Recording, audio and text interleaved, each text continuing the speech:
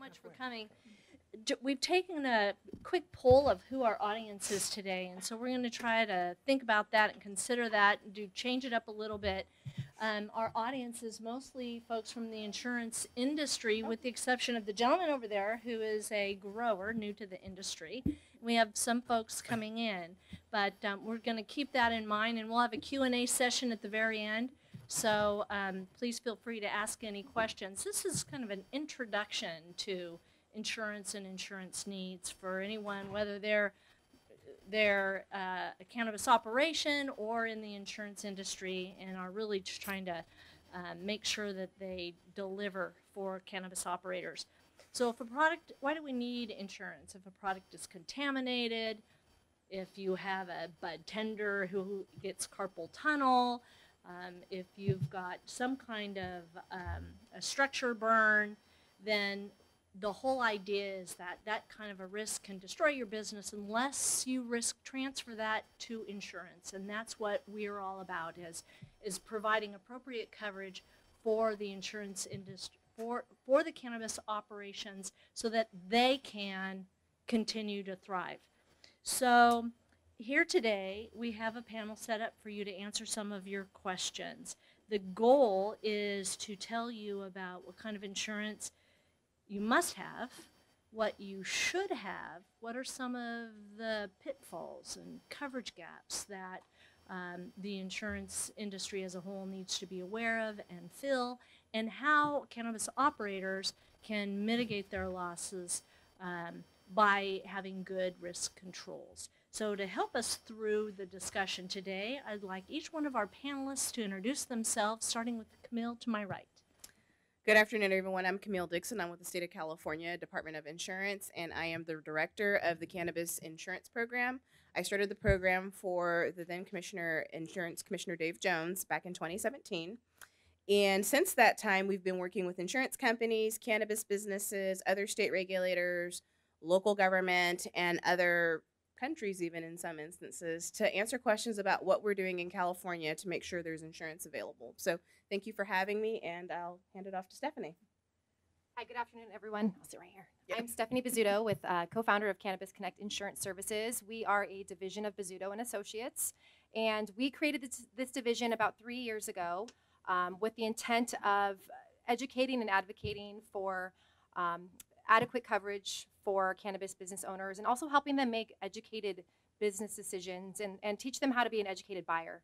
So we've been doing this for, like I mentioned, three years now, and I feel like we've been really helping make a difference. So thank you for having me. And Kelly? I'm Kelly Radkowski with Cannasure Insurance Services. I am the Vice President Regional Agency Sales Manager, so I'm working with your agents in most cases to be able to offer you coverage and packages that are specific for the cannabis industry. We are a wholesaler, so that means we don't work with the general public, like I said, just with agents. And so we have a number of wholesale opportunities with carriers, as well as our own programs through our MGA that we've created ourselves. Doug?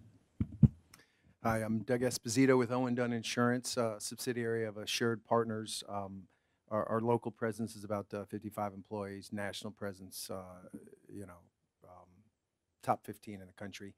And been active in the space probably about 4 years, going on 5 years. And we really cover all aspects of the insurances, from the life insurances, property casualty, pretty much anything an operator would need, we take care of. And it definitely is an education process. So the half of it is education, to learn what you need, what you don't, so we can at least advise you properly. But thank you for attending. Our first question then, we'll start with Camille on this. What insurance coverages are mandated by California statute in order to conduct a cannabis-related business in our state? Sure. Thank you, Stacey. So there are 3 cannabis licensing agencies, as I'm sure all of you are aware, since most of you seem to be from insurance companies. You have the Manufactured Cannabis Safety Branch, and they oversee manufacturers, and they have a requirement for licensure. You have to have a $5,000 surety bond. You have, and that's the agency that's housed within the Department of Public Health. So while you have the Cannabis Licensing Agency, it literally sits inside of a larger agency. And then you have the Cal Cannabis Cultivation Licensing Agency. They license cultivators, and they are housed in the California Department of Food and Agriculture.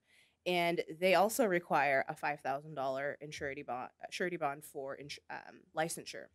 And then finally, you have the Bureau of Cannabis Control. Its name has changed a few times if you've been following the legislation and everything that's happened over the last couple of years.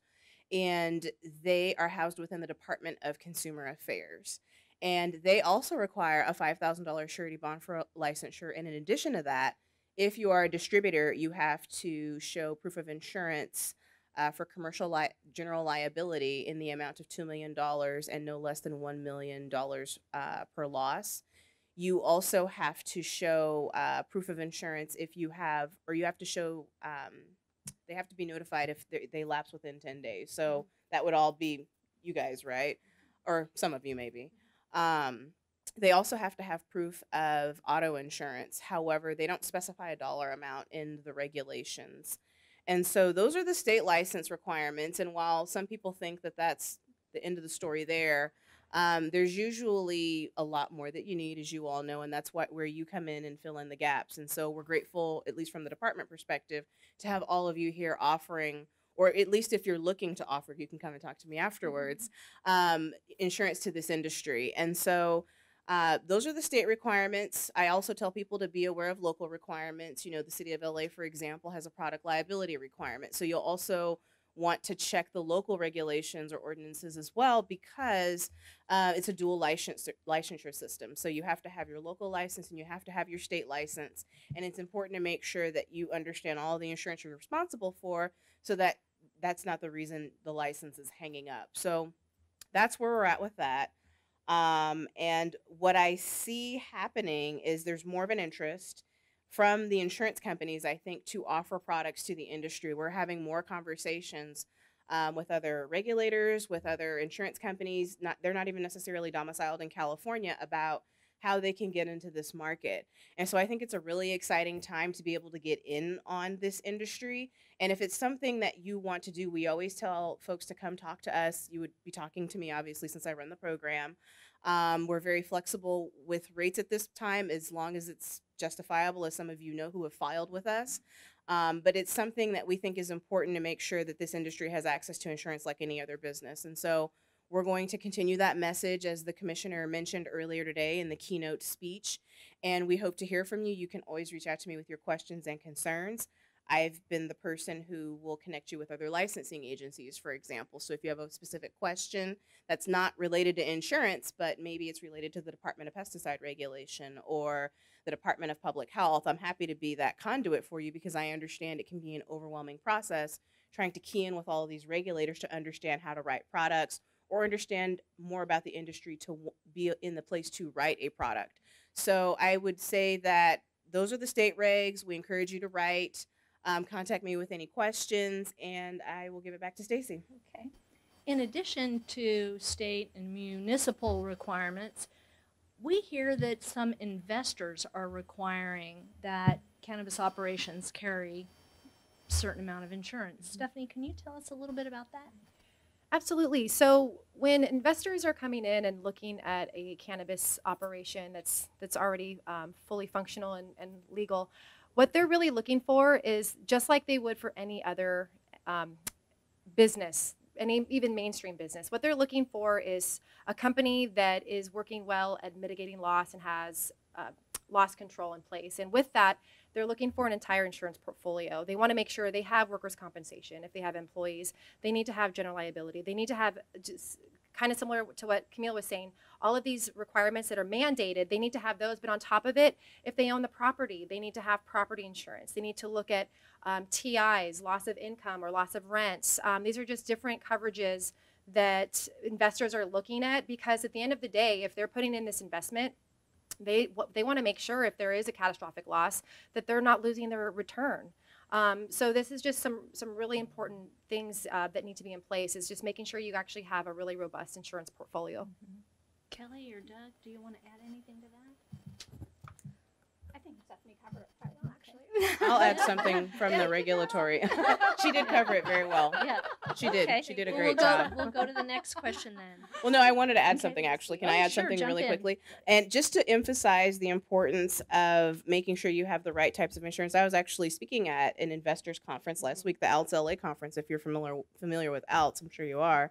And that was one of the questions that came up. How do we look to make sure that these companies are in compliance to make sure it's a good investment? And so that it underscores the importance of making sure that you have the right types of insurance, because if an investor sees that you don't have, like Stephanie mentioned, the property and all the other types of insurance she covered, then they're going to be looking to other opportunities to invest. So if there's anyone out here who's looking to get money from investors or anything like that, make sure that you're keying in with folks like Stephanie, Doug, Kelly, and Stacey, because they can help you in determining what you need for your business if there are any investors in the room. You know, I'm seeing a lot right now with that scenario is D&O. Yes. Mm-hmm. Yes, You I know, have that here. Yeah. You know, because D&O. that way, you know, if somebody leaves disgruntled or something, Yeah. you know, it's all going to come back, and then the investors are going to take the hit too. Absolutely. Right, right, good point. Absolutely. And if you're going public, Directors and oh. officers. And if you're a cannabis company that's going public, which I know quite a few of, D&O is a requirement. Right. So keep that in mind as well. Mhm. Yeah, good point. And I'll open this up to the whole panel. Do you see an area where cannabis insurance coverage is most needed now? And then do you see on the horizon what kind of insurance coverages may be needed that may be emerging? I'll take a stab at it. You know, from my perspective, I think we have a lot of products at our disposal. Now, there might not be as many options. The terms might not be the same as if you were a tomato farmer. But we've got the property, we got the GL, we got the products. I think auto is one of the toughest markets out there. I mean, you know, and you see a lot of these non-storefront delivery companies where they're not willing to step up and pay for, you know, hired non-owned, but that's one of their biggest exposures. And so, you know, for me, it really, auto seems to be the absolute worst. You know, and will that change? Man, I don't know when. I haven't heard of anybody, you know, really starting to warm up and step up to the plate, but there's only a couple of players. And then, you know, the brokers in the house probably know some of the challenges going on with the MCP, you know, on how the carriers, you know, they want to see a year of experience. And so that's a huge, huge issue. But it's going to mature. So I tell people, hey, this is as bad as it's going to get, or last year was as bad as it's going to get. It does get a little bit better. We got a new work comp carrier playing in the space. So it's like, okay, cool. We got like 3 now, maybe 4. But anyhow, so that's for me, it's the auto. And I'm going to dovetail on the MCP 65s really quickly. If there's anyone in the room that would like to talk to the department confidentially about a way to address that, please come see me.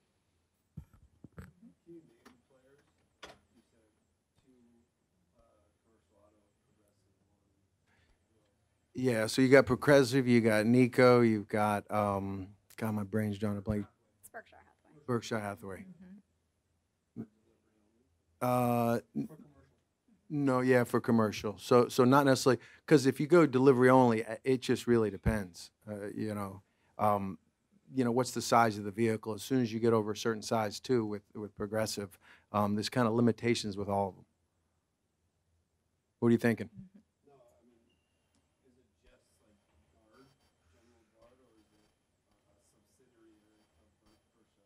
Oh no, it'd be subsidiaries. They bury them deep. I mean, they're because they don't want to be associated with cannabis, you know, from a global, you know, branding standpoint yet. Your broker, you find a broker that can access the market. Say it again. Your retail agent. Yeah, because so the retail people interface with, you know, the end users, and then the wholesalers. You know, like a Kelly is we would go to them to access various marketplaces that don't go direct to the retail. Excuse me? Berkshire Hathaway. Progressive and Nico? National Indemnity. And in terms of emerging markets, we see now more cannabis dispensaries who are adding a lounge feature. And so now we have on-site consumption that we didn't have before. it kind of changes the game a little bit. So you're going to want to find out specifically whether or not the dispensaries that may be coming in your door are going to anticipate adding a lounge, and make sure that there's appropriate coverage for that kind of additional risk for on-site consumption. One of the fears that I have as the attorney for our company is that it brings that dram shop-like risk into the mix. So in California, we have, we've always been a very wine-friendly state, and so we have fabulous dram shop laws, better than any state in the nation, where it's a personal responsibility. So if I'm a bar owner and I've got liquor liability, the chances are I'm not even going to get sued, because there's an immunity that's almost built in, unless I serve a minor or someone who has a special relationship with me, then there's immunity there. However, that immunity does not exist for consumption of marijuana, and we know that marijuana and cannabis and alcohol are a bad cocktail, and so I think we're going to see some increase there, and it's going to come back and tag the lounges. So make sure that there's coverage, because I see that as a real probable risk area once the plaintiff's bar starts circulating. Yeah. Yeah. We're looking at a 10,000 minimum. I just want to make a clarification, though, on cannabis and alcohol not being a good combination. It could be a very good combination. Just don't But drive. not behind the wheel. Yeah, not behind the wheel. Not behind the wheel. Not behind Sorry, the wheel. I digress. Yeah. I digress. Yeah. And to add to that, I think that's Yes, I stand corrected. Yes. Yeah. well, that's good. You're not behind the wheel. Right. But yeah, to add to that, because of the way the regulations are written, it's particularly important to pay attention to the dram shop, or the non-existence of the dram shop laws, but understand that on-site consumption coverage is important, because California is very limited as to where cannabis can be consumed, even though it's legal here. Landlords can still restrict tenants from using it in their space. Generally, you can't smoke it in the public. And so it's very restrictive. So it's important to understand that on-site consumption is going to be where probably a lot of this is headed. So I would say, if you're looking at a retail operation, as Stacey was saying, you need to be asking those questions, because otherwise it's like, well, if you think there might be the risk that it's going to happen, you don't want to then, have them Create a gap. Yeah. Right.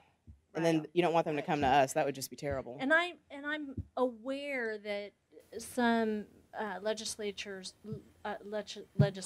are considering, very cleverly calling it gram shop laws, where they're going to be amending the current dram shop laws to bootstrap cannabis consumption into that, to make it part of that personal responsibility. But I think, as some of the panelists were saying earlier in the general session, I don't see the I see getting big pushback politically on that. So I think I don't think that's ripe yet to be passed. So as long as we're talking about regulatory issues, what are regulatory issues that you think are most poignant in 2019 with regard to cannabis insurance? Does anyone want to take that question? I would say, it's not exactly cannabis insurance, but it's related to everything we do. And we heard about it in the main session today. It's the banking, right? It's the banking. That's the main thing that I would say is going to be a big deal. We heard earlier that the Safe Banking Act is getting a lot of traction at the federal level, which is huge, because normally the bill is introduced and it's pretty much just introduced. We don't see any traction on it. I would say that's the biggest regulatory thing at the federal level. At the state level, in terms of banking, there is a bill. It was run last year by Hertzberg. It was SB 930 last year. This year it's SB 51. And it would create cannabis limited charter banks and credit unions. I don't know if the bill's been heard yet, but those are the state level bills that are dealing with banking. I know Fiona Ma's been a big champion of the banking issue, so we've been watching what she's doing. But I think that those are some of the main things we'll see regulatorily. I think that's probably one of the most important things, obviously, beside descheduling. There are some bills That would obviously impact the insurance industry at the federal level. At the state level, obviously, we can't do anything about the descheduling, but they are trying to do some things from what I was hearing on the panel earlier that you heard about the taxes. So I think that those are the big things that we've already seen. From our perspective, we're not running any bills from the department that are cannabis related.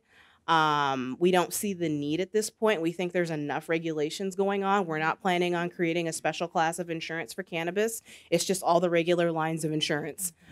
So from our perspective, we're not planning to do that, but we do plan to continue to engage as the chair of the NAIC and work with other states to help them roll out their education and outreach programs to the extent they want help from us. We're continuing to work on the white paper. I sit in on all of the working group calls and meet with a lot of the other insurance commissioner staff, their general counsels, whatever their titles are. I meet with their other staff to discuss with them what we're doing here. I share our resources with them. So I think we're going to see more states get on board with education for their insurers because of that, which is great, because what we have here is not necessarily replicated in other states at this time, suffice it to say. No, it isn't. How have best practices in cannabis operations for both insurers and insureds evolved over the past year, and what do you see evolving in best practices in the 2019? Yeah.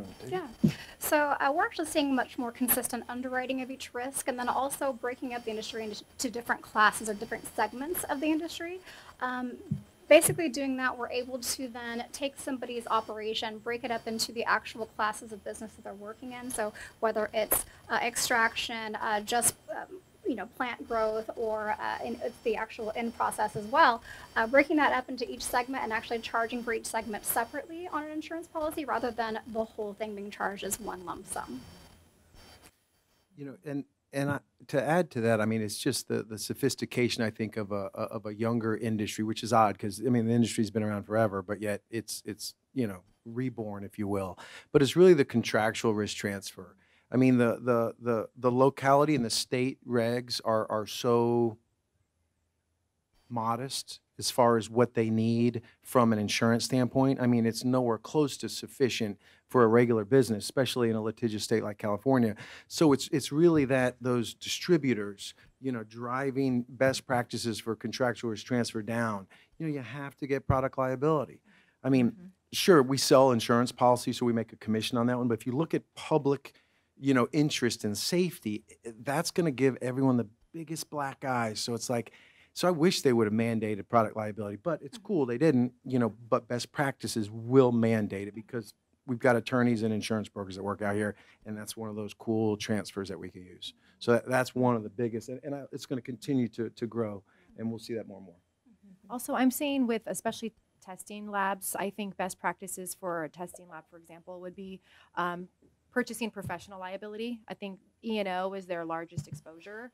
And really getting them to understand and make sure that that's a policy that you really want to have them sell or purchase. I think that's just something that they really need to look into.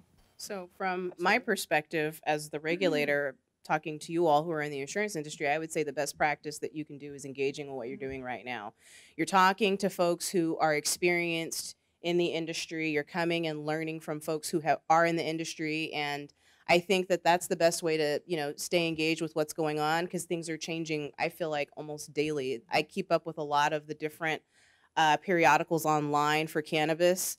I have them automatically sent to my phone, all times throughout the day. And it seems like every time I turn around, something's going on in either in another state, which matters to us because now we're chairing this working group and it's a national group. So I need to know what's going on, in Montana or somewhere else. And so I would say for you all, the best thing to do is this and engage with us. If you need me to talk to you about what's going on because you're on a panel or you are going into a discussion and you have to ask some questions, and I'm happy to do that. And that's part of your practice, right? So I think that that's what I would say is, from the regulatory standpoint to you all.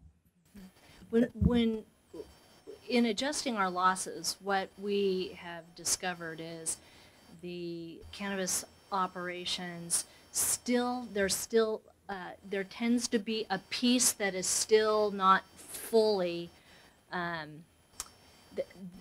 they're not operating completely like a transparent company. And here's a for example. We've got a claim we want to pay. We pay the named insured. That's what insurance does. We pay the named insured. And yet there's no bank in the name of the named insured. That creates issues. So I think as the insurers can help facilitate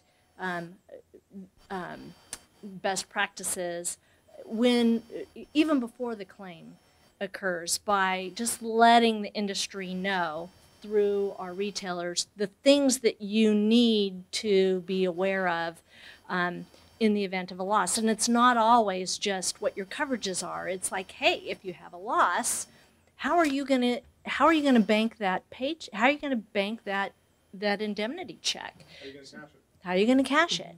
Because we're a highly regulated industry. So we're going to do things in the way that we need to for our best practices. So I think we need to think about those things all the way down the line. The other thing I would suggest is those safeguards that are so important and can be a condition precedent to coverage.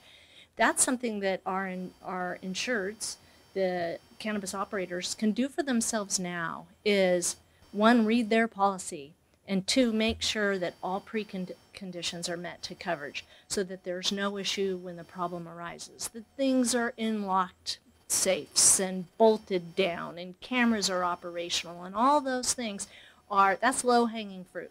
Make sure you think of those safeguards in terms of triggering coverage under your policy. If you're burglarized, those are things that we need to see in order to write that check. So that's a suggestion. And if I could just add, I'm sorry? What's the answer? Like, I never thought of that. They have a lot. Oh, you mean how to bank that check? Yeah. Name all the named insureds. Yeah. Well, named insureds, but also, I'm seeing a lot of my clients form corporations and LLCs, and, it's not Harry's Joints, it's, Harry's Botanicals or Harry's Medicine, and they change the name to make it sound legit and not, federally looked at. Right, Yeah. but it needs to be a legal And entity. it has to be legal. Right. And And- that's what they do, and then they have a bank.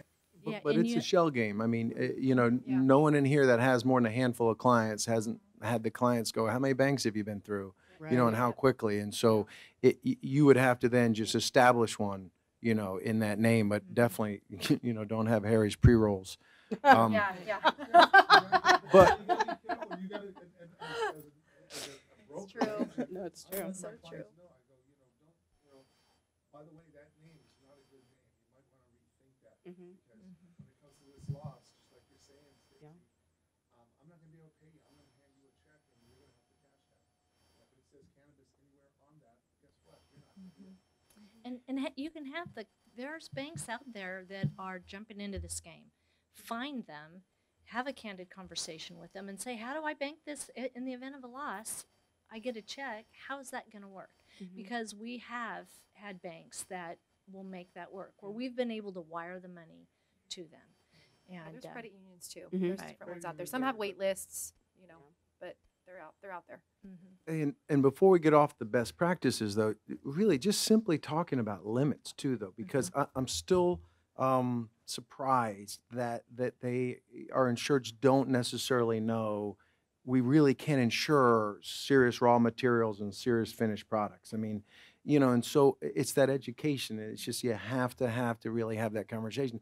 I literally was just going through a client, and they expanded, and we were underinsured by over $1 million of inventory. And I'm like, whew, you got to let me know when you're cranking it up. Because a lot of times they'll start and they'll be little, and then all of a sudden, and so you just have to think about it as if they have a fire, let's just say a fire, I mean, can they take a $500,000 hit? I don't know, but I don't want that to be on me. Let me put it that way. One of my biggest best practices problems is cost. You know, none of these guys want big comp. They're looking for workarounds. They're looking for contracted labor, or they're looking at payroll companies that have this workaround. And my thing to them is, guess what? If somebody dies, you're still liable. I don't care what workaround you have.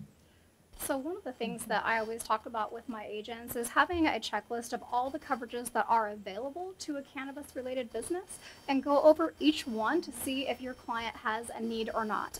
If there is a need, discuss that need with them and try to figure out if they're willing to go ahead and purchase the coverage for that. If anything is declined, or if they don't need it, or is flat out declined, have them sign that they declined it and on what date, all the way down each specific coverage, because if the claim comes back later and they're going to be like, well, you never showed me, you never told me about this. Well, yes, I did, because we talked about all of it on this date and you signed off that you didn't want it. And so there's the coverage. There's the coverage, and then there's the coverage limit. So both of those pieces. And then again, I said it before, I'm going to say it 12 times before we finish today. Read the policy to find out there's always sublimits that are in a standard policy. Property in your care, custody, and control might be. And so if you're having a contract with another cultivator to add to your stuff to sell to this other guy, and that's when the burglary occurs, you may not be able to pay that other company back. So we've seen that too. Again, we're coming from an industry that's used to doing things on a handshake. And so again, as a best practice, have contracts, make sure that those contracts shift appropriately, the responsibility, and then make sure your insurance picks up when it falls in your lap. So, okay. The Farm Bill of 2018 provides a path forward for industrial hemp. How will cannabis insurance be impacted? Anyone?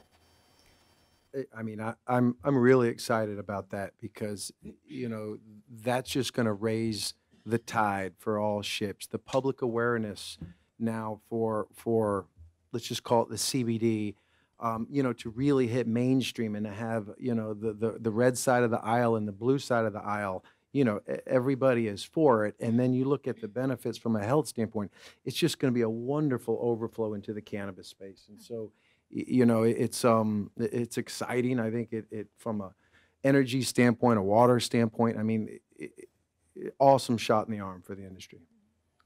We've started hearing from more insurance companies now that the Farm Bill has been signed, which we think is great. We think it's another positive step toward descheduling of cannabis. I'm actually speaking at a hemp conference, I think next week. I think it's next week. Someone probably in this room knows. Anyway, I think that those are positive steps. I think we're going to continue to see more insurance companies, just like we're going to continue to see more banks that are getting into the space. As Stacey mentioned, there are currently banks working with the industry, and you can actually look at the Financial Crimes Enforcement Network list. They put out a quarterly list, and they'll show you how many banks versus credit unions are working with the industry, and it's going up. So I think that this Farm Bill only helps catapult us to where we get to the point where we're completely descheduled and it's just daily business at that point. I think it's a very, very good step. How have you seen cannabis insurers pay out on their policies? And how can insurers assist cannabis operations when a crisis does occur or when a loss happens? So we've had a couple of different ones paid out, and for different lines of coverage as well. So workers' comp, a bud tender can easily cut their hand, or when one of their scissors falls. Property losses, we actually had a fire at a cultivation facility that was caused by an improperly installed lighting fixture. Didn't cause a lot of actual property damage, but the smoke that went into two of the rooms actually damaged all the plants that were in there. So luckily they had living plant coverage, and we were able to help them with that. The great thing about this claim was that it was all subrogated back to the lighting contractor that installed the lighting fixture improperly. So it's always going to trail back to whoever was actually at fault.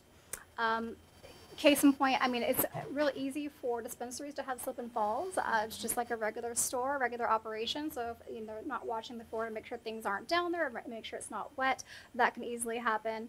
And then wind damage, that's a big one, especially with some of the storms in the southern states.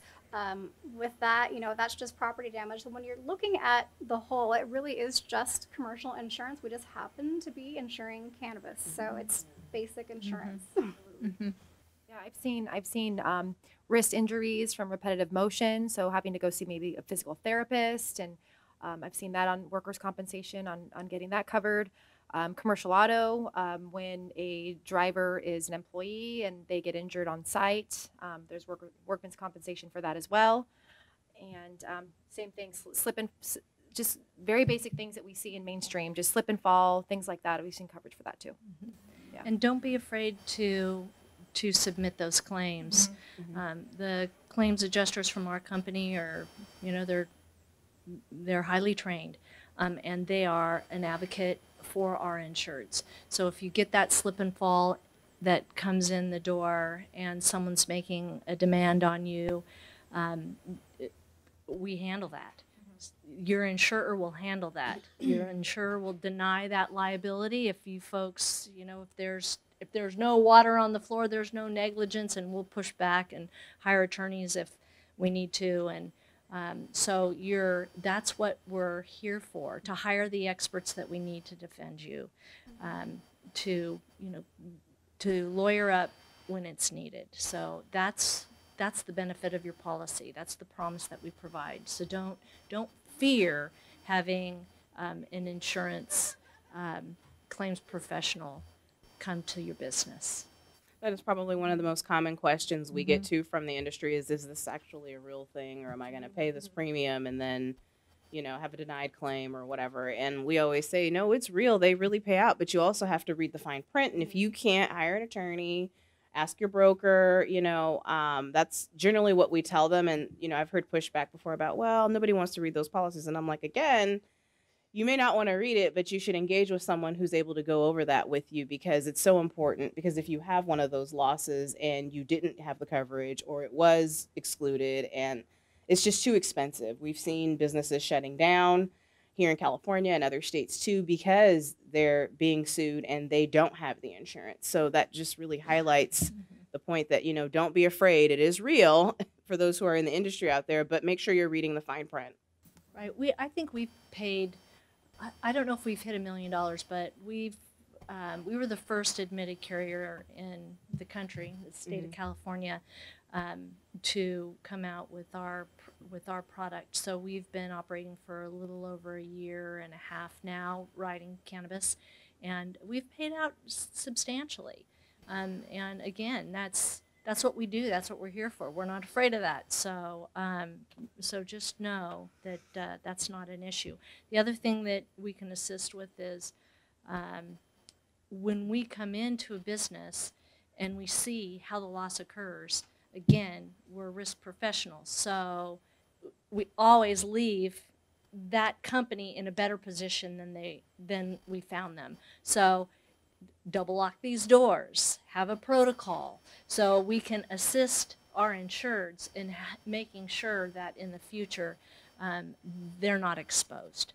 So definitely use your insured to assist in any way. And actually, you don't have to wait until that loss happens. If you have any concerns whatsoever, call your insurance companies. Most of them, I know we would, be more than happy to do a risk assessment and assist our insureds. So take advantage of that. What are some of the risks insurance may not be able to address? And how can cannabis operations manage or minimize those risks to avoid loss? I just think loss control and loss prevention is really important. Just what we were mentioning earlier about placing mats in areas where it's slippery, just having exit signs, having all the items that are actually, some of them are required by California law to have an operating business, but they're also extremely helpful in the event of preventing someone from having an injury. Make sure if they are a trimmer and they're doing repetitive motion or even just typing all day. I mean, Make sure they have time to get up, stretch, take a break. These are just all just standard operating procedures that people need to have in place in order for happy, healthy employees. I mean, that's just one component of many. If anyone else wants to elaborate on that, it's just. Yes, and one of the things that insurance may or may not be able to cover all the time is going to be really what the limits are that you're requesting. So it could be, case in point, crime coverage for the cash kept on premises. A lot of times there's going to be a limit to that number, a limit to the cash that's kept on premises, so you could have a gap there. If it's 250 and you have $1 million on premises, you're going to have a gap. The other thing is that even if there is $1 million coverage available to you, the pricing for that could be so excessive that you would not be able to afford it. So those are kind of some of the things you can run into as an insured. And then, you know, also too, intentional acts aren't covered. You know, bad business practices aren't covered. I mean, those aren't insurable risks. You know, there's some sublimits on a policy for labeling, the Prop 65. But you've got to read the rules. You've got to have, you know, proper, you know, disclosures and not promise the moon. You know, you can't say that this is going to, you know, not kill cancer, but cure cancer or any of those things. And we've seen suits like that. And there's not going to be coverage. The insurance isn't intended for that. So that's another element. And so anything intentional too, if your employees are slandering or unfair business practices, you're going to have a tough time getting a response out of your general liability carrier. Maybe D&O, but so some of those are the basics because most people don't even know what general liability, you know, really covers.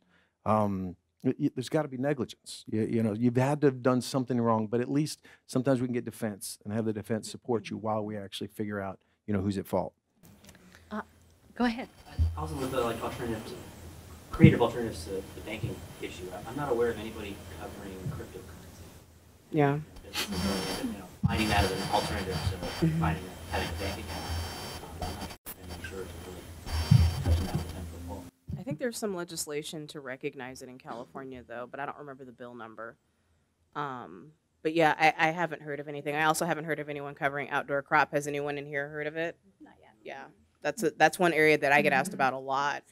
And even though some jurisdictions like Sacramento, for example, doesn't allow outdoor cultivation, so you wouldn't want that here anyway because it's not permissible by the ordinance, but where it's permissible, there's definitely a gap there. And we thought we were going to see some people come into the market, but then the wildfires happened and it's just been quiet.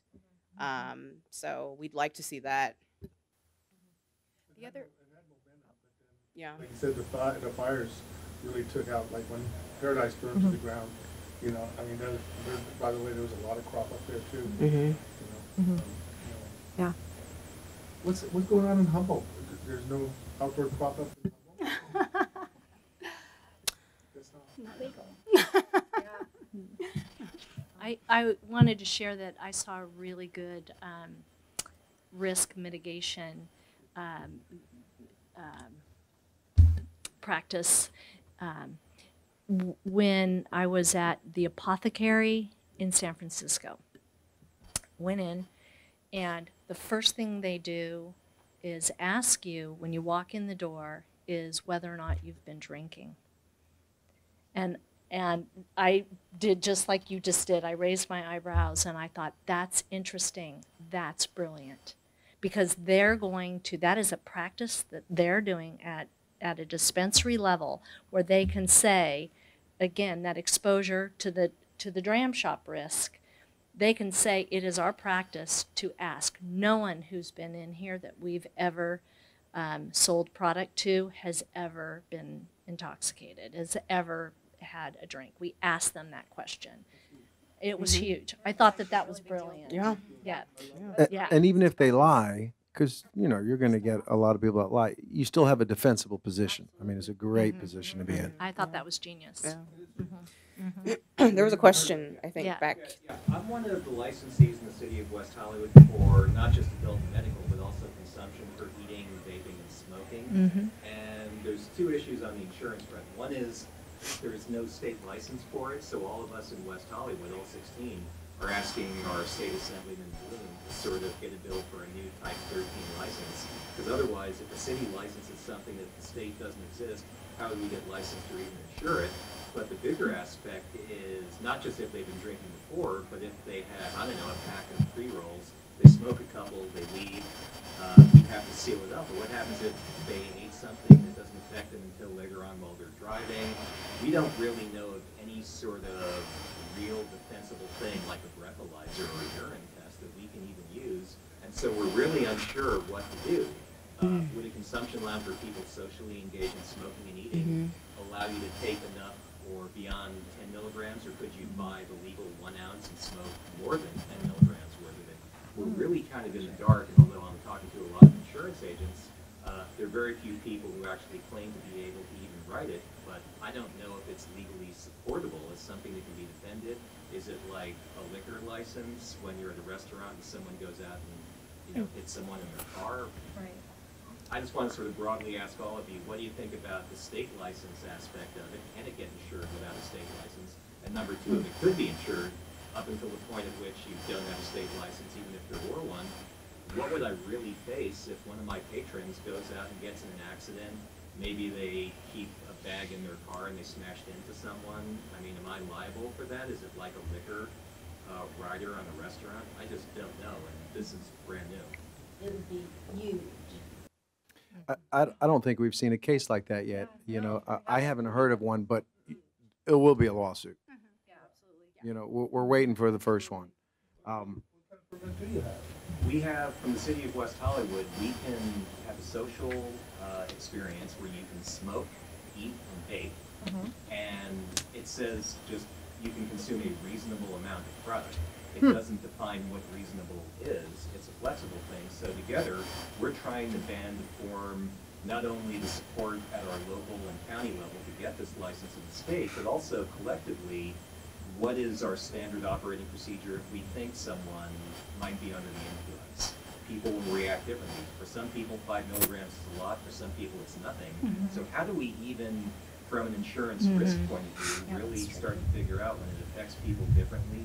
Even the same strain might affect 2 different people in a unique way. And we don't really know anything of real probative value. We're taking guesses that are educated, but there's nothing that exists out there. And I haven't heard of, like, I haven't seen one actual policy to insure this yet, the way I think of it as a lounge in the city of West Hollywood that gave me the license, thanks to the lounge. I mean, there's a policy to write that. I don't know the extent of the defense that you would be provided of were you really negligent in providing too much product to the person, because it's Pandora's box for sure. And that's why we truly need dram law for cannabis. Yeah, like I don't even know, like what happens if there's a food that's infused, we're allowed to create a food product. Could be, I don't know, pasta, salad, etc. A chef might be able to pace it out so that one serving is the same, but how do you stop someone from sharing something Having on seconds, their plate? thirds. Yeah. For example, Yeah. let's say someone buys a vape pen. Right. How do you determine if someone took 3 drags or Right. 10? Oh, You yeah. just don't. Right. Yeah, that's your point.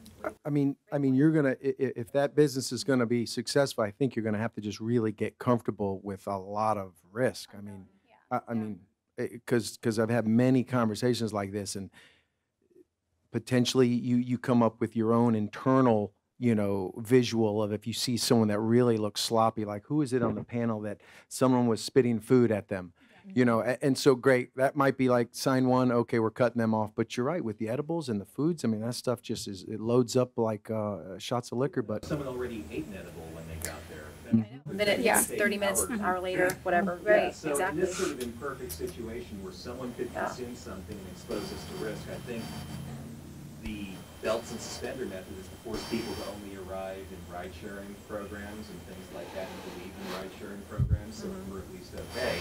But if we have a valet service in our parking lot, you can imagine, yeah, that valet sort of makes us liable because we're the ones who are approving getting into your car. Right. So there's a variety of ways to sort of handle this, which range from expensive to very expensive, not just the policy. But we're talking about people who have different metabolisms, who have different tolerances, and how does an insurance policy, which is probably set for just 1 or 2 things, realize all this gray area, which, you know, has not really been, like you said, challenged in lawsuits. But I guarantee you, one of us 16 licensees in West Hollywood will be the first DUI for cannabis in the state.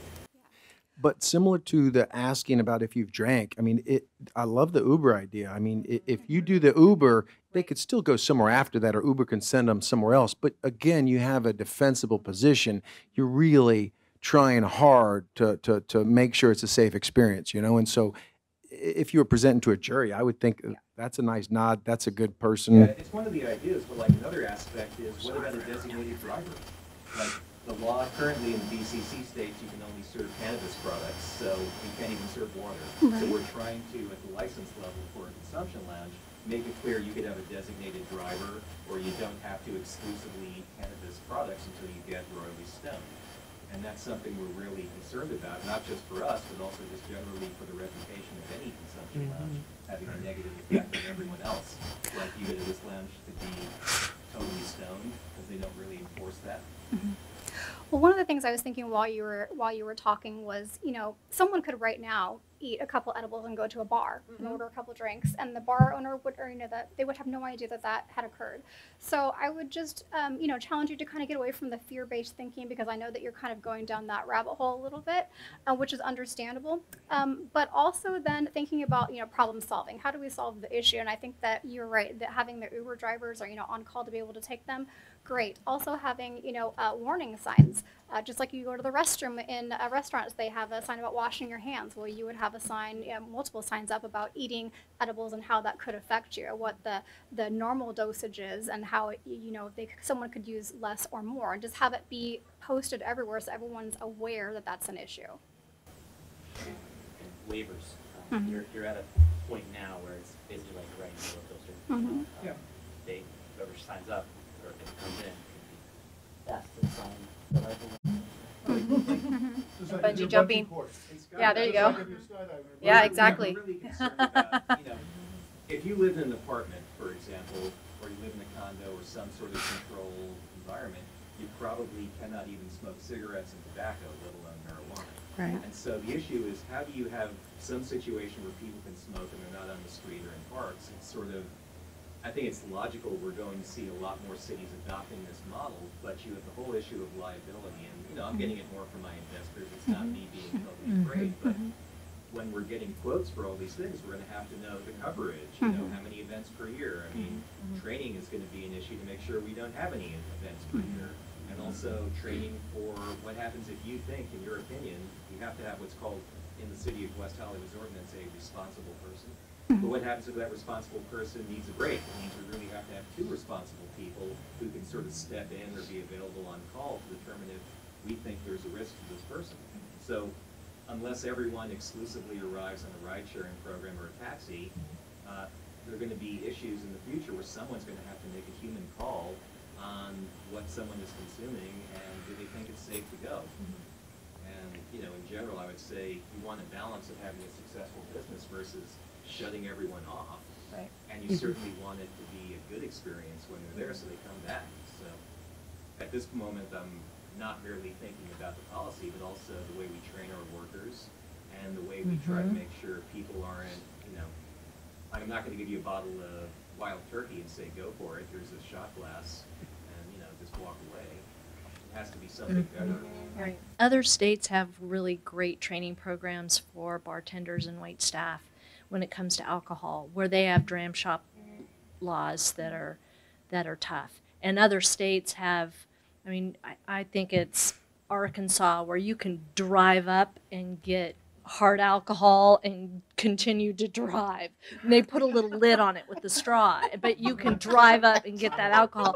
Right, and so we're like insuring in these spaces, jurisdictions where we know that bad things can happen. And so I think that find a really good attorney to help you with that waiver, to think through all of these things, to investigate training programs, to identify obviously impaired persons when they first present to your establishment. And I think that if you have really good SOPs, then you've done the best you can to put yourself in a defensible position, and then transfer make sure you've got the coverage for that. Transfer that risk so you know you have an insurer who's going to say, yes, we'll defend you. Yes, we'll hire the best experts. Yes. Do you think an No. insurer for something like this would actually ask to see my training manuals? Absolutely. Yes. Yeah. Absolutely. It's the first thing we're Yes, going to ask for. Yeah. And it Yeah. wouldn't hurt to look into a D&O policy for your investors, which is going to be expensive, but just letting you know that's available. Absolutely. Right. Right. But that at least is a little bit more peace of mind. So. I think that what you need to do is do something that's like that.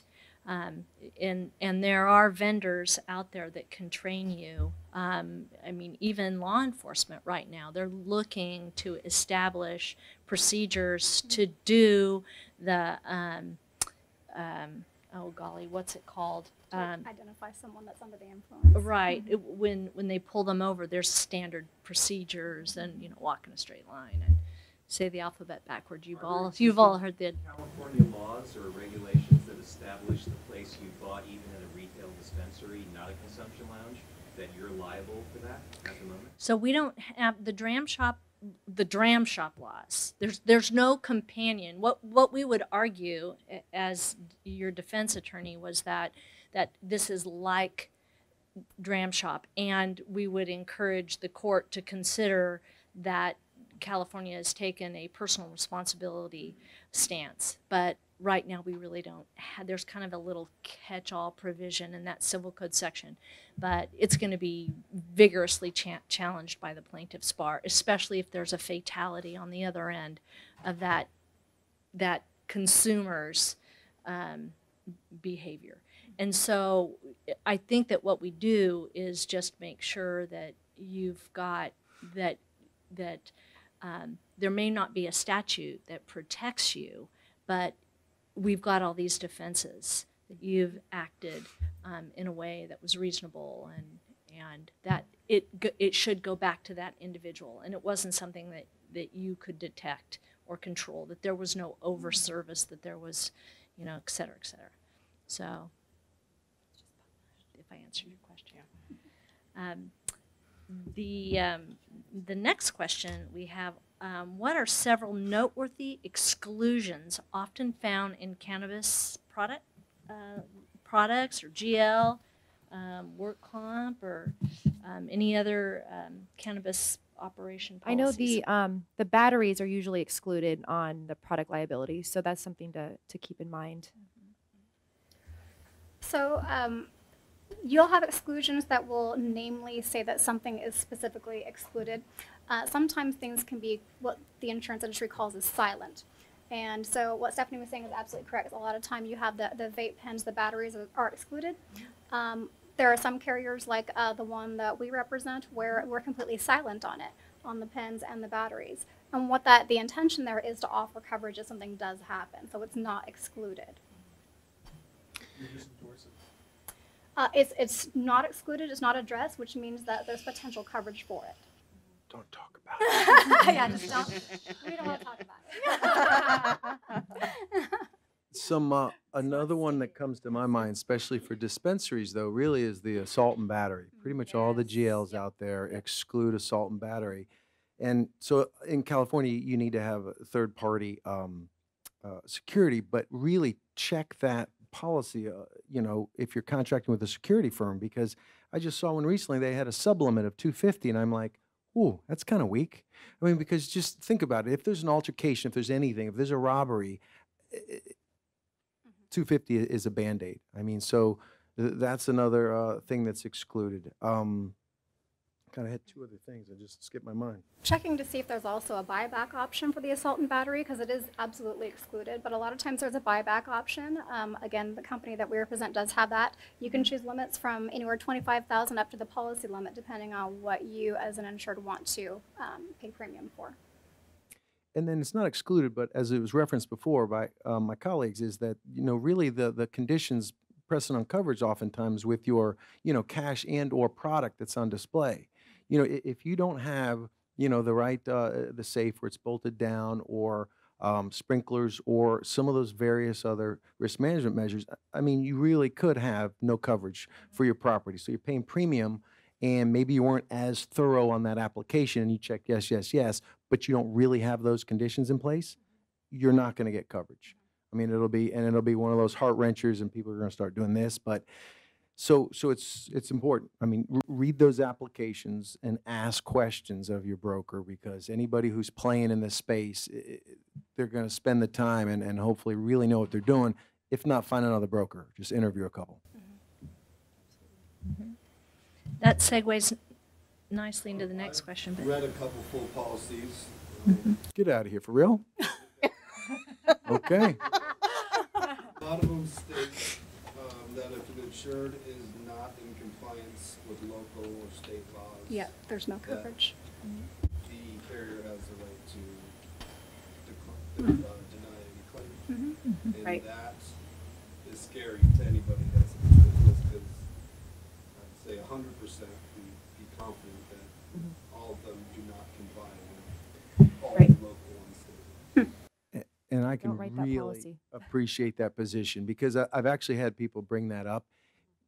What I think, and I think I could speak, but what I think we hope we're going to see is that intention. There's nothing flagrant. There's nothing gross in the reason you might not be in 100% compliant. And so I think the carriers and the couple that I've talked to, if the intention is there, they're just looking for the bad characters. They're looking for the ones that aren't playing by the rules. And obviously, illegal operations. yeah, but meaning like, and no illegal operation can't even get insured, but meaning you're doing everything you can right. And people do make mistakes, and maybe by the letter of law, but public policy will come into play.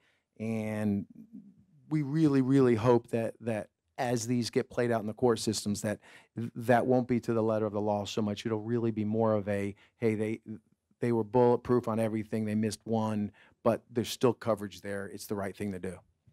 And what I think is a lot of these carriers, they're not looking to not pay, right? This is not something they're trying to, purposely not pay. That's not what I think that they're getting at, because you have to understand the carriers that are in the space are being hyper-focused, looked at.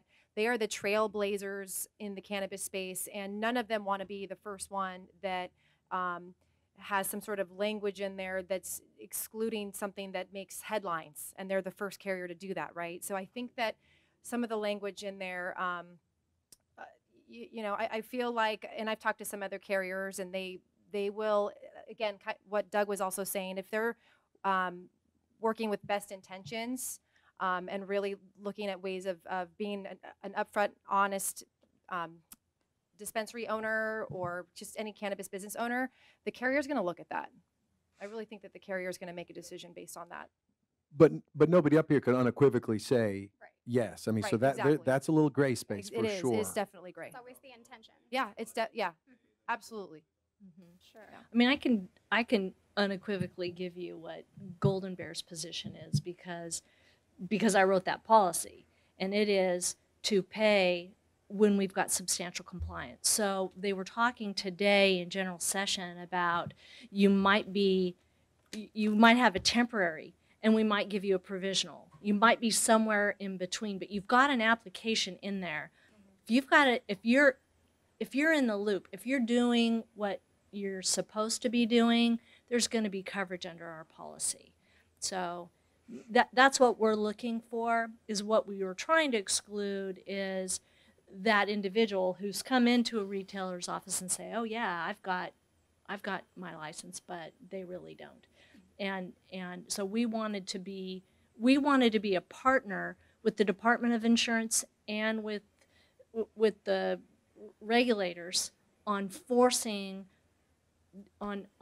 good practices to make sure we get rid of the bad guys, because that's the only way that this industry is really gonna take off. And I would say from our perspective, what we would hear from the industry, and I think we're moving beyond that, but we'd hear about the cannabis exclusions or the public policy exclusions and the policies, because a lot of the forms that are typically used weren't designed, obviously, to cover cannabis type risk. And so I think we're moving beyond that point, which is great. We still tell people to obviously read their policy, because there may, and I don't know at this moment if they're still out there, but there may still be those types of policies out there where folks are writing that risk.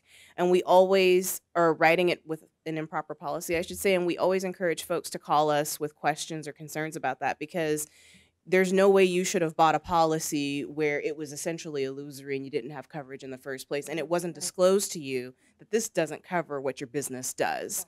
So we definitely put that message out there for the cannabis businesses. We think that it's been a message that's been successful.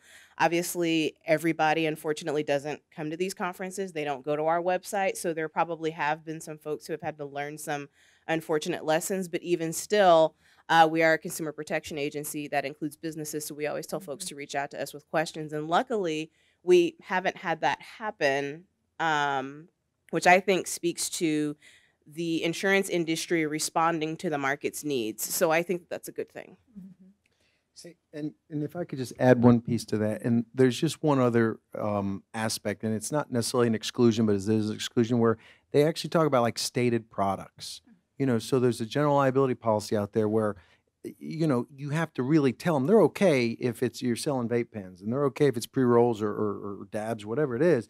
But you really have to state it, and it's pretty clear in there. And so if I'm thinking of a distributor, you know, that policy gets me obviously very nervous because, you know, they're going to be adding on all kinds of products. And if we don't have it on there, there's that opportunity that we cannot get it covered. So, you know, again, it's really looking at the details. And that's one of those tiny ones where you got to use people that know what they're doing, because if you pick up a new product line, you better tell your broker just to be safe. Hey, we're looking at adding micros or whatever it might be. One of the last things along that same note was, you know, there is an insurance carrier that will take cannabis-related risks, but if you don't have the right broker or agent to discuss with you that there is most times a federally illegal acts exclusion. And of course, right now, cannabis is federally illegal. So if you purchase that policy and that exclusion's on there, essentially you just bought a nice little stack of paper because it's not going to cover anything. But there's cases, I mean, there's cases that are not going to let an insurer get away with that. I think there was one out of Hawaii where the insurer came back and said, it's federally illegal, we're not going to cover you, after knowing that there was what they were doing. And it's either Oregon or Hawaii. You're talking about a Tane out of Colorado. There was That's definitely one of That's them. Tracy versus USAA, but they the said, Hawaii one. No. They smacked that insurer down so hard, and they said, look, if you know what it is you're covering, we're not going to let you loophole out of it. So That was a positive thing. yeah. Although, are they in the are they in our I district? think it was Ninth Circuit case. Okay, I want to yeah. say it was Hawaii or So Oregon, we'd be yeah. persuaded by it then. Right. We could be, yeah. Right, absolutely. Saying that there are brokers who sold policies that they knew to be federally excluded. I wouldn't say that the broker knew that. What I'm saying is that the policy language stated that, and it was not brought to the attention of the insured. Because a lot of brokers, I mean, they don't necessarily read the policies. I mean, you know, it takes time and energy, and they make changes in the policies all the time. So it's a cat and mouse game about always seeing what's in there and what's up. So it could have just been pure, honest ignorance, which isn't any better, but. Right. Were brokers who could write this without the exclusions? Can you elaborate on that? Maybe I heard you. Yeah, I don't think I said that. I thought you were saying that there are only a few brokers who can write these policies without those. Oh, there's only a few carriers that will write cannabis-related risks. Absolutely, yes. Yeah, not all insurance carriers will write it. In fact, I would say 95% of them won't touch it with a 10-foot pole. Yeah. Not yet. Quite welcome. And you know something? Here's one for you, and you'll love this. One of my potential clients was a transporter. They transport money and product up and down California, and they ended up getting pulled over on their way back with money, and this was all medical, totally legit. Yeah. You know about this. I do. And this is friends of mine and potential clients. But even if they would have had the cargo risk, because something happened where the Highway Patrol couldn't litigate them, do anything, because they weren't illegal, they were totally licensed and had all the documentation. One of the guys was an ex-Highway Patrolman. The Highway Patrol were looking for some kind of workaround. They brought in Homeland Security, the feds, And that's they supposed to do took their that. $350,000. Wow. Even if I would have had cargo insurance with them, which I was trying to Would sell, not have been covered, yeah. it would cover. If a cartel came in and ripped them off, totally covered. Theft. But Yeah. if the feds come in, Yeah, It's no coverage. no coverage. zero. Right. And the legislature would need to respond to that to direct the state authorities to not cooperate with the feds. That's what would need to happen there, because that's actually not the only case we've heard about, but that's not within our jurisdiction as the Department of Insurance. It would be a different set of agencies that would have to handle that, but ultimately the legislature would have to respond to that. There's also issues with, especially down in Southern California where I live, there's federal checkpoints, right? So when you're coming close, when you're closer to Mexico, they have those federal checkpoints. So there's a lot of issues with cannabis companies that are close to those, and if they have to go through that checkpoint, I mean, it's game over, right? So so there's a lot of other issues that are also down in Southern California. Yeah, but that's a sad thing, because it kind of ruined, it put them out of business. And a lot of repercussion, and it's really sad, because these were people who were doing the right thing. It's like you're trying to do the right thing, you know, and it's sad. And as, you know, insurance brokers, and, you know, it's like. Yeah. There's another question. There's a question. behind you. Yes. So I have a dispensary history where I ran dispensaries with upstanding dispensaries, and I'm trying to go into another city. In this city where I found the building, the landlord has decided that he no longer wants to rent to me because he checked with his insurance policy, and he would have to cancel and start with me. We have a lesser's risk program actually that we just approved, so you can tell him that, and you can have him contact me. But he's still Yeah, and they're not have to get- expensive either. A lesser's risk policy. He's still going to there might have be to someone get here a who can carrier that tell will somebody. support a cannabis operation in his building. So he's going to have to get a different policy, but there's several people that'll write it. Yeah, absolutely. He was wondering about if they were full coverage, as much coverage as he had. Absolutely. I think I can just unequivocally say it'll just be a little more expensive. Yeah, and if you wanted to offer to, you know, pay the difference, Difference, yeah. right, just to get to lock down the lease. I Don't mean, do that. I'm kidding. So let's end by asking the panel about how to find a good retail insurance agent. What are you looking for as an operator? How do you know you found someone who's asking you all the right questions and getting you all the right coverage for the risks that you will face? I'm going to chime in as the regulator first. I'm going to chime in first. The first thing you should do is check to make sure they're licensed, which you can do on our webpage, because believe it or not, while a lot of people are trying to get into the cannabis space, there's also a lot of people who are trying to get into ancillary services for cannabis, and insurance is no exception to that. And we've heard about, you know, cases where folks don't know what they're talking about, they haven't read the regulations, and they're making they're giving recommendations to people, and it's not necessarily suiting their business needs. So I would say the first thing, check to make sure they're licensed. And you can do that on our website at insurance.ca.gov. If you have any problems looking someone up, you can always contact me. And then the second thing is, if they seem to not understand what you're talking about with your business, and you don't feel like you can have a good working relationship with them, I would say you should probably continue to shop around. But that's just my objective thoughts on that. I'll give it to the esteemed panelists to opine. I was going to say absolutely experience and making sure that they have other cannabis-related risks in their portfolio as well. If you're their first one, probably want to take a pass on that. Very much like interviewing a new doctor or a new attorney, you're going to making sure that they understand what you're there for. And then again, having that intellectual conversation with them where they absolutely know and they can lead you into questions where you didn't even think about that for your own business. Right. And there's not a lot of markets for a broker. So one of the things that we try to dispel is that, hey, I just want to quote. Well, I mean, a good broker is going to offer you a lot of consultation, a lot of education. So if you ask me to quote, I'll have a great conversation with you. I'll tell you what we can do and how, but the quoting game doesn't make sense because it really won't serve you. It's interview, 2 or 3 people. You do the smell test like dogs, and because we got great radar, especially the women, y'all got better radar than men, I think. And, do you believe the person? Does it sound logical? And then you talk to 2 or 3 and then let them go to work for you. Because it really depends. There's so many subtleties. And I would go straight to the CCIA's website and pick 2 or 3 brokers on that list. I'm definitely on that list, by the way. I'm just saying. But seriously.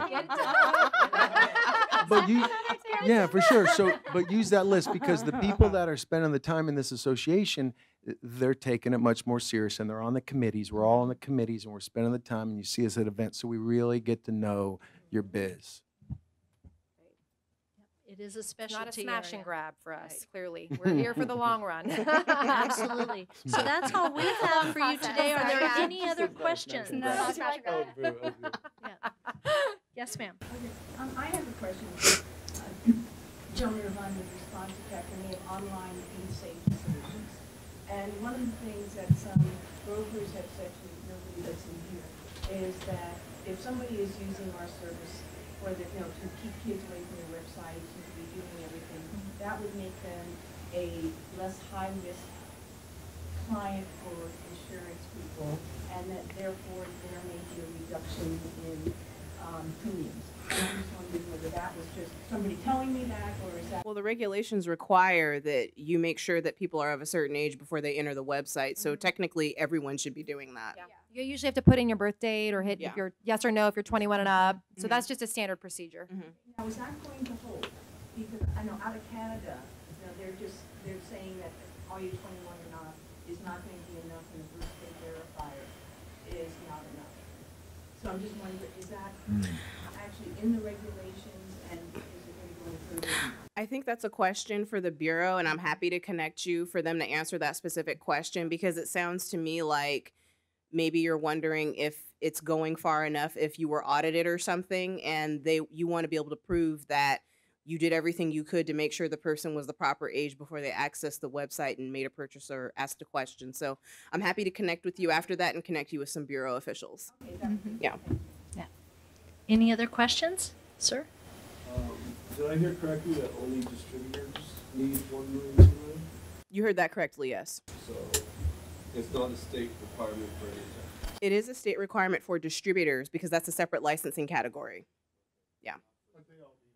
A lot of people, more than just them need Yeah. it, but Yeah. That's always standard. I mean, it's Uh-huh. always been a 2. Yeah. Absolutely. But that Sometimes doesn't it's mean kind you of a need product liability. risk. So it's not mandated, but I think it's mandated you need $1 million of occurrence of general liability, Yeah. but not Yeah. product And as an liability. insurance broker, it's an SOP for us. I mean, honestly, that's just what we do. Yeah. By the way, I would like to say something. When Camille says that she'll call you or you can call her, she'll return the call, she will. thank you. Thank you. That's very nice. Very nice. Very nice. Yeah, part of the reason why the regulations were obviously promulgated based on statutory authority for these licensing agencies to write the regs the way they did. So some of the statutory requirements were to write insurance regulations, but it wasn't necessarily throughout. And, I don't know the reasoning behind that. I wasn't there in the drafting room, so it might have been because they didn't want to necessarily have too much insurance required at the very beginning. I don't know. I wasn't there, but that is how they came out with the surety bond and the general liability and the auto was based on the statutes. Because they have to have authority, obviously, to write the regulations. They can't just make up what they want. Otherwise, the Office of Administrative Law will tell folks, which they'll tell any of us administrative agencies if we go beyond our statutory authority, hey, you've gone beyond the statutory authority. Now you've written a regulation. That's what they would call an underground regulation. So in drafting any regulation, it has to definitely line up and have an authorizing statute. So that's why things are written the way they are. There's a statute behind it, and they actually reference the areas in the Business and Professions Code where, they're authorized to write the regulation. And for the insurance piece, it's not insurance code, it's Business and Professions Code. So while we don't regulate the Business and Professions Code, we have authority under the insurance code, but we're still a technical arm to these other licensing agencies because they're not insurance experts. They're cannabis, licensing experts. So kind of weird, but that's just how it all happened. Any other questions? Well, thank you all so much for this wonderful day and for coming. And we're all willing to continue to be a resource for any of you if needed. So thank you very much. And it's time to, Thank you. yes, Thank you. go enjoy the conference. Yes.